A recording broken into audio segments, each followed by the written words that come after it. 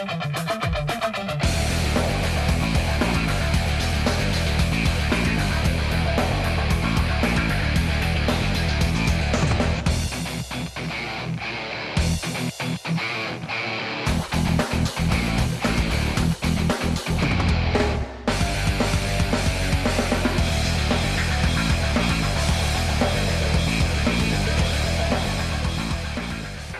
tonight's episode of Sports Scene, we bring to you the round 12 highlights of the NRL and the State of Origin.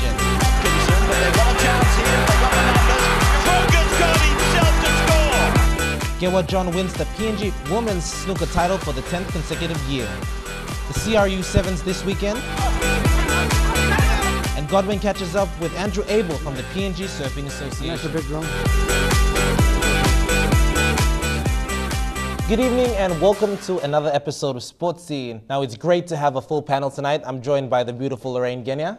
Thanks for having me, good to be back. And Mr. Jeremy Morgie. Thank you, Dion. Now it's been a huge sporting week. Jeremy, there was a bit of an issue with FIFA this last week. Yeah, there was about 7 members of FIFA were arrested over charges relating to bribery and corruption.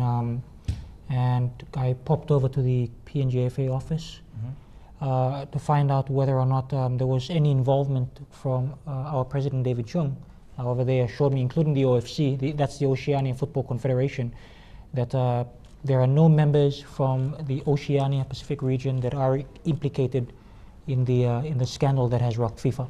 But obviously not just the OFC. I mean, David Chung is the vice president for FIFA as well. Yes, he is a very senior member of FIFA itself, which was one of the reasons why I got asked whether or not he had been involved. But again, as I said, I've been assured that this does not include David Chung himself, but in fact other members from other confederates from different parts of the world, obviously. Yeah. Interesting news from FIFA.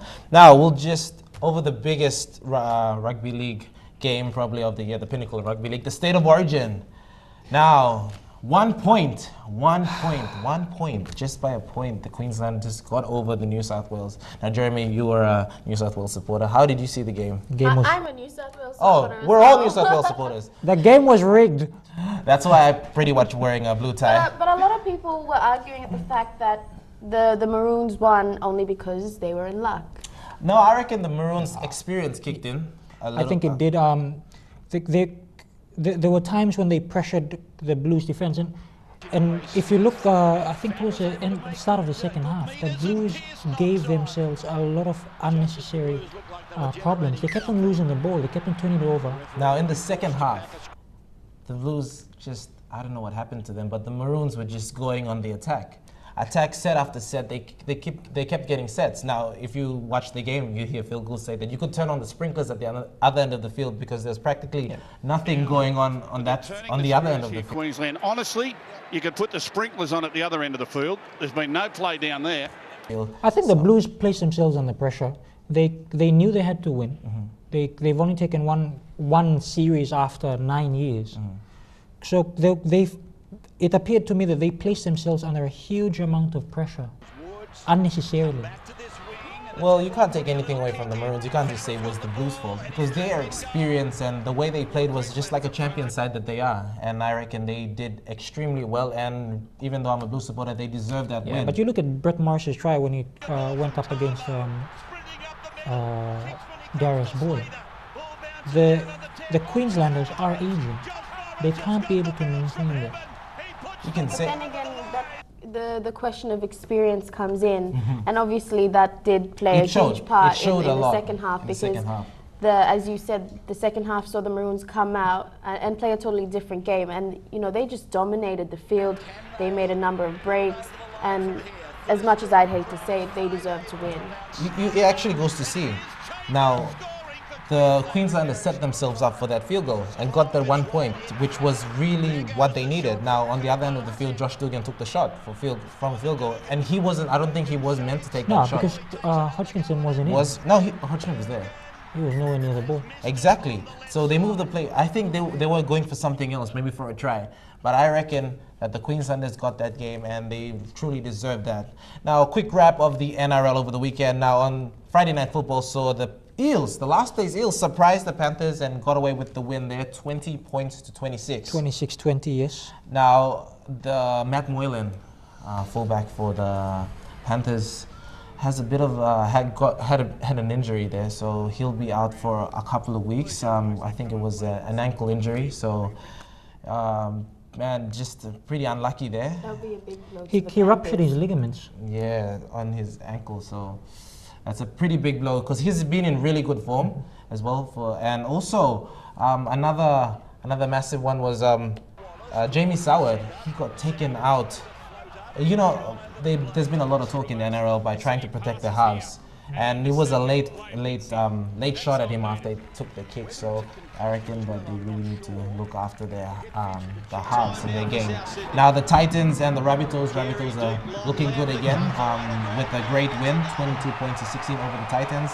And the Raiders and the Broncos game. That Broncos game, Ben Hunt probably scored the try of the year.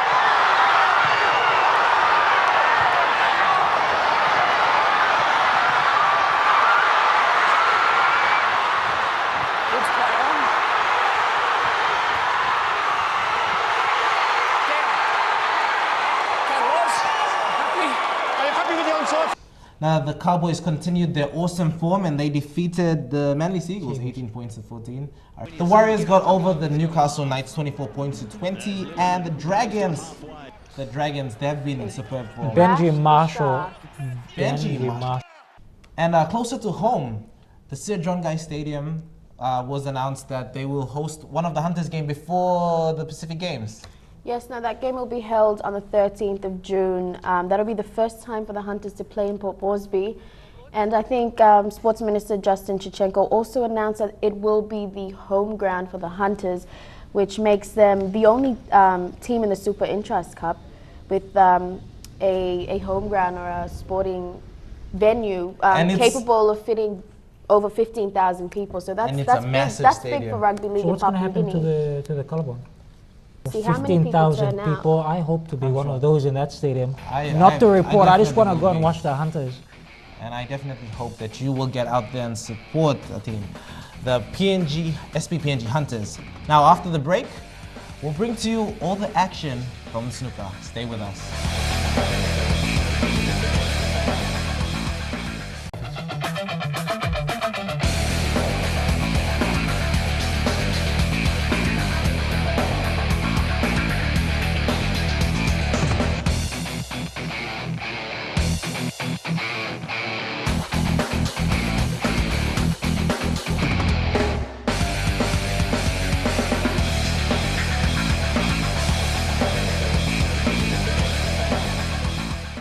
And welcome back to the show. Now, Gewa John, amazing snooker player. She's made it 10 consecutive years winning the PNG women's titles. Now, we were just discussing, if you're an athlete and you're going to win a tournament at a national level for 10 years in a row, that makes you a phenomenal athlete. Definitely does. Now, the game, the match itself, it was an easy win. Now, Gewa set the pace in the first frame.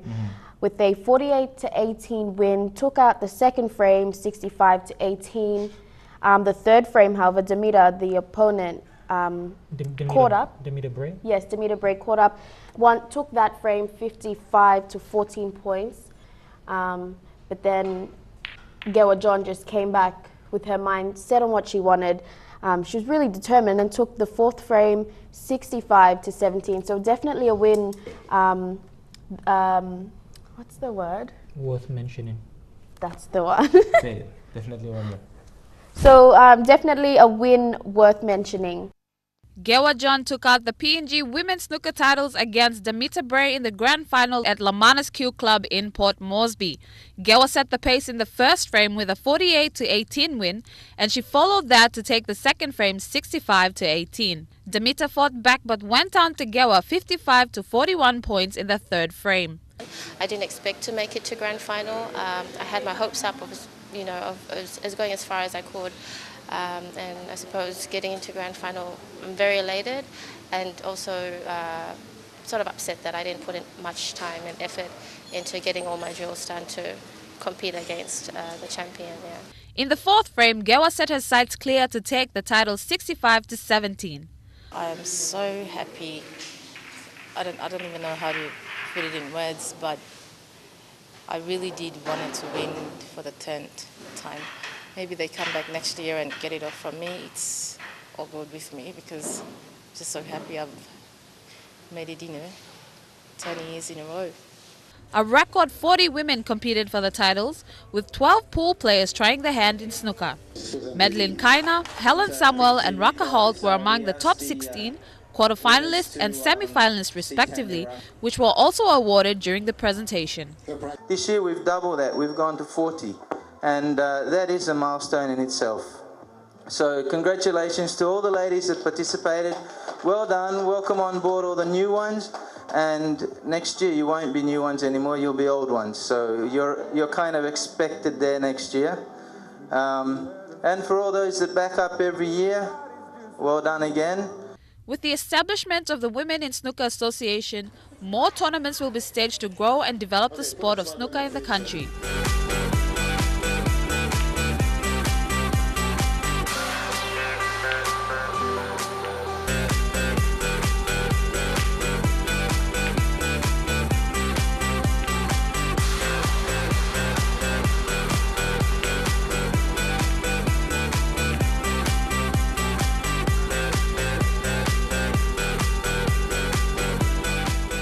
And that was an awesome win there by Gewa John.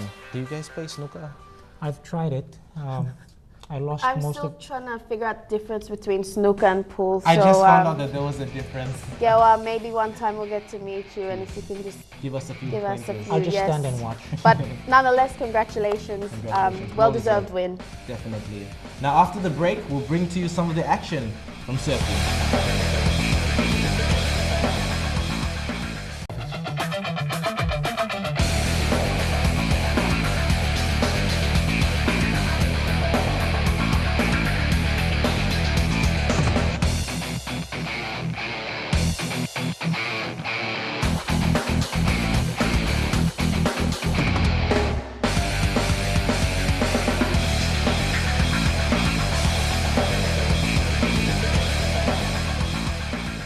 And welcome back to the show. Now, surfing's not too much of a popular sport, but it's been gaining popularity in recent years.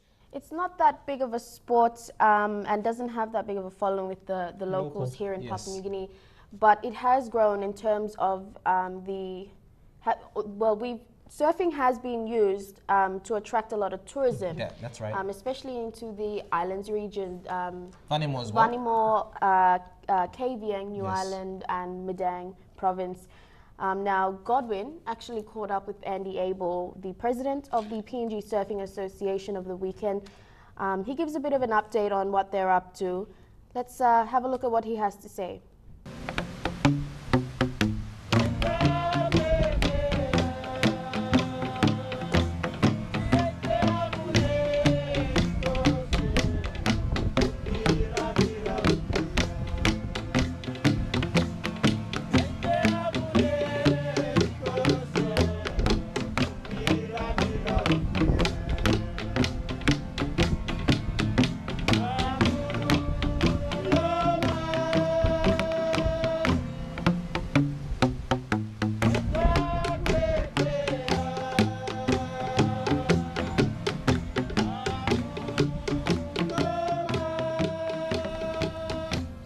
Papua New Guinea is one of the world's last frontiers when it comes to surfing. Papua New Guinea has some of the best surfing areas in the country, one of the world's last frontier, a country that is blessed with an abundance of world-class reefs and beaches, and many yet to be discovered. Surfing PNG has established 10 successful clubs around the country. One of its recent clubs that opened last year was the Tarama Surf Club in Port Moresby. Tucked outside of Port Moresby City, Tarama Beach provides great opportunity for surfers to try out its overwhelming waves. President of Surfing Association Papua New Guinea, Andrew Abel, said surfing has gone through a whole new dimension since the operation in the country.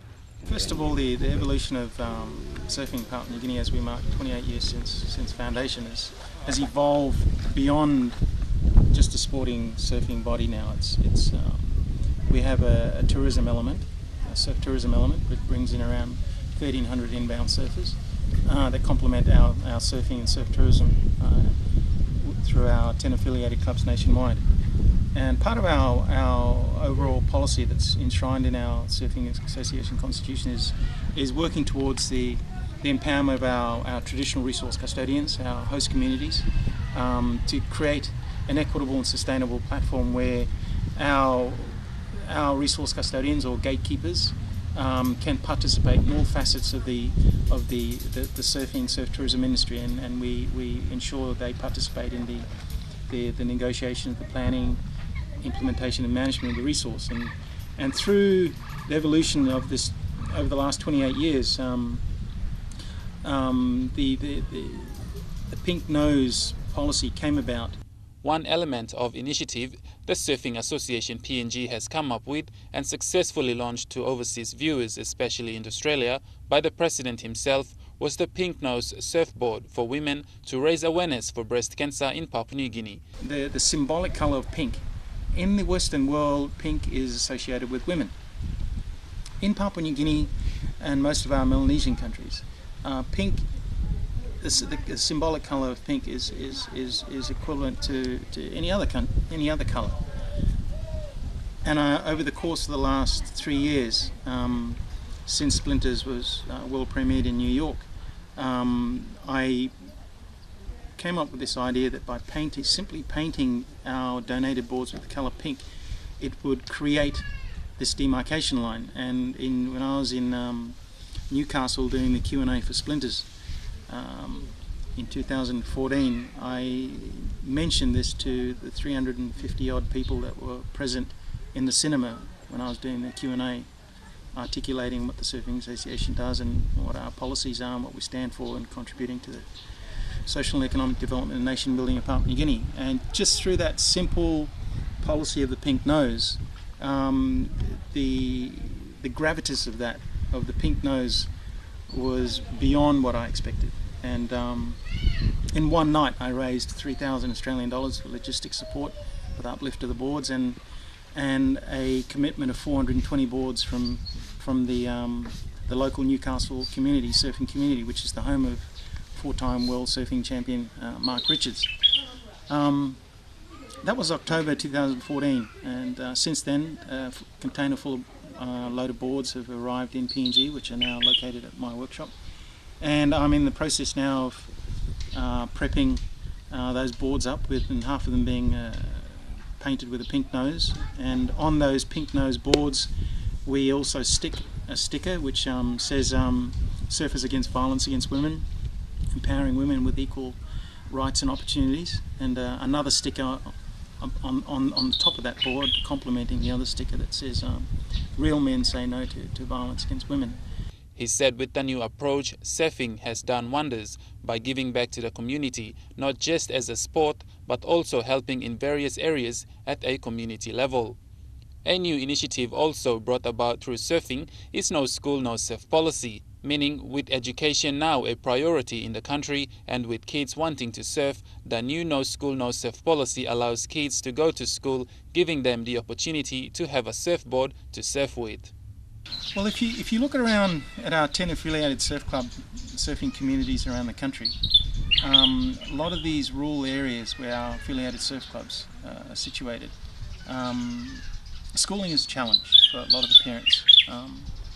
Apart from maybe limited amount of schools to accommodate the growing population, logistics being another big challenge. But I think you're finding in a lot of rural communities what is essentially undermining the integrity of the educational system is the influence of drugs and alcohol and steam and so forth. And the SAPNG is taking upon ourselves as responsible citizens of this country, as responsible sporting administrators, to implement a no school, no surf policy.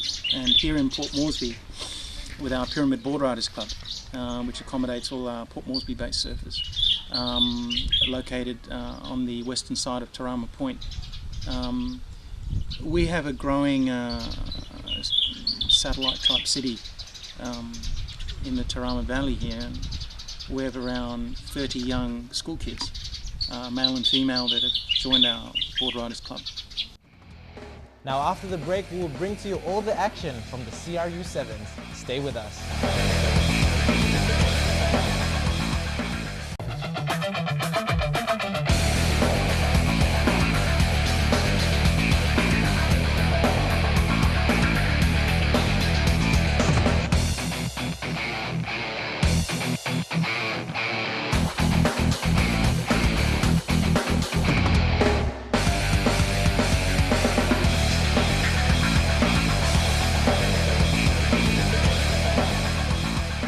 And welcome back to the show and to rugby. Oh yeah. This weekend, Lorraine and I were out at the Tarama Barracks, Capital Rugby Union Sevens tournament down at the Tarama Barracks. It was awesome to see all the Sevens teams get out there and fight it out. Yeah, no, it was actually really good fun. Now, the highlight of that weekend was the Puk Puk Sevens and Puk Puk's 15s match. They fought it out. Surprisingly, the 15s won. Just by 2 points, 17-19. So a bit of a concern for the Sevens team. It's general knowledge that the Sevens team, Sevens is a much faster game than the 15s, but just looking at the way the boys played, they were playing as if it was a touch game. So why'd they lose? I don't think they took the game very seriously. I mean, it's just match fitness. It's not a serious competition. Just a friendly game between sevens and 15s. But I do think that the boys really need to work on their fitness. Definitely. Because you've only got Butler Morris, Wesley Varley, and Hubert Cheraha. It's pretty evident to see. Who are up there in terms of their fitness. Now, they're the only guys that are making breaks and scoring tries from the 22, runaway tries. The other guys, I mean, you have Stanis Susuve. He's quite fit. There's no doubt that he's fast. I mean, he switched codes from AFL to Sevens, so not that big of a switch. And then you've got Jordan Chachenko, who's a Brisbane-based player, but he's more of a 15s bloke, but he's a centre himself. So he does have a bit of speed on him. Pace about him. And Desmond Kopok is back. Now, I'm not too familiar with Desmond as a player. He's been playing in the CRU competition, Capital Rugby, and I think he plays with Harlequin. So it's good to see him. He has a rep before, so it's good to have him back in the team. Maybe you never know. He'll probably add a bit of flair here and there. But he's a very late inclusion. Yes, this team has been together for a while he now. has always been together with the team. Okay. Desmond is one of the national reps. He's just come back from a knee reconstruction. He's proved to be fit. Hence a delay in his announcement or inclusion to the squad, but he's very fit and he's all good to go for the games. But that's only that's the top 16 at the moment. It's going to be cut down to a 12-man squad with the remaining 4 players as shadows for the Pacific Games, just to cover for injuries and any unforeseen events. But anyways, Dion and I were down at the field, as mentioned earlier. Yes, we tried to do a little bit of a Jeremy Moggy. We tried out our commentating skills. Didn't go so well, but I hope you guys have a laugh. This isn't us being serious. It's the last time I'm letting you guys go with a mic. But yeah, let's take a look at the fun from Saturday. Ball goes into the scrum, won easily. Oh no, it's not. Contested, won by the 15s boys. Hops the ball back, shifting the ball right. Runs, it's tackled. Ball comes out, the 7s team is attacking right to their right. Number 3 with the ball, steps back inside. Options a little bit limited. Spreading the ball left out into the field. They go. Number 5 has the ball, passes off to captain Hubert Cheraha. Cheraha steps off his left. I think there was a forward pass right there. He gets the ball, passes it on to the forward. The forward runs forward, gets tackled, gets pulled down by 2 men. 2 in the ruck, pulls the ball out. They're going left, spreading the ball. Number 8 with the ball, gets pulled down. They're going right again, they're attacking right. Numbers a little bit limited, so he's going to run the ball. Oh, ball gets lost. 15s boys have struggled to adapt to the sevens format. As you mentioned, when they went in for the ruck, they had more than 2 boys going in. The sevens boys, however, are lacking in fitness.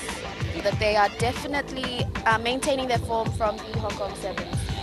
Captain Hubert Char has been a bit quiet. He hasn't had much of the football. He did make a bit of a run, but then there was a bit of an issue there with the forward pass. But I'm really excited to see how he's going to get back into the second half of the game.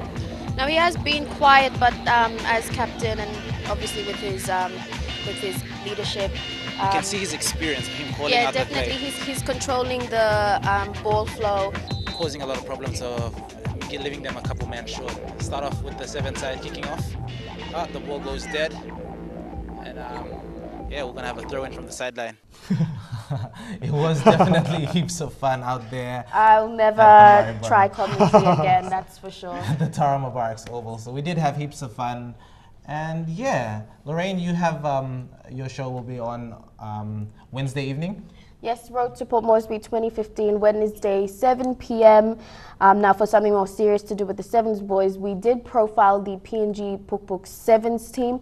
If you're keen on seeing how their preparations are going, please do tune in. We've also got Makota's preparations and, of course, the launching of the commemorative coins and notes for the 2015 Super Games. Should be a great show. Make sure you do catch that. You can also catch Scholar on Hotspot on Thursday evenings as well. And I think that's just about a wrap of tonight's show. Thank you very much, Jeremy, for your time. Thank you very much, Dion. Thank you, Lorraine. Thanks for having me. Always a pleasure. It was a great show. We had heaps of fun. I hope you have a pleasant evening.